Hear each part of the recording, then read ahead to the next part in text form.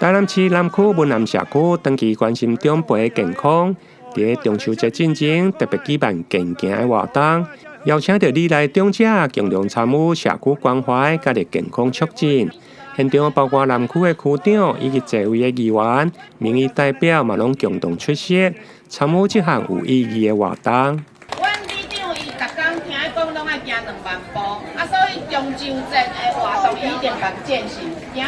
我已经来参加第5届啊，伫遮非常感谢里长对阮防疫这个部分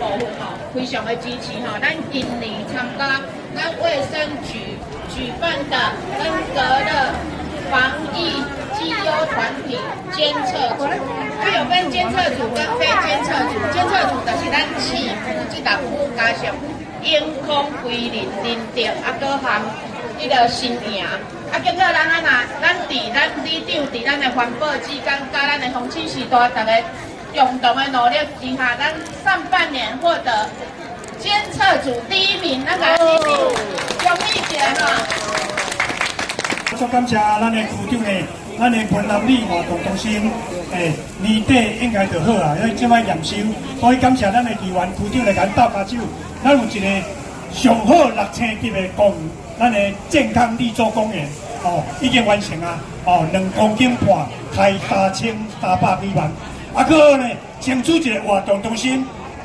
是起的200平，开3980万。所以呢，咱的以后咱有一个好的所在以后咱若建筑也是一寡大型的活动，拢伫咱的文南健康绿洲公园，你看你感觉好？现场伫老师的带动下，除了有乱生草，另外还有附有对的安全宣导，以及天高热的风池甲宣导等。健行的路线涵盖整个文南社区，包括金华路以及里内几个公园。有健康绿洲公园、外口公园、甲着文南公园等，每一位参与者还佫用得到运动的纪念毛巾，增添社区的里面甲着长者参与的趣味。台南新闻综合报道。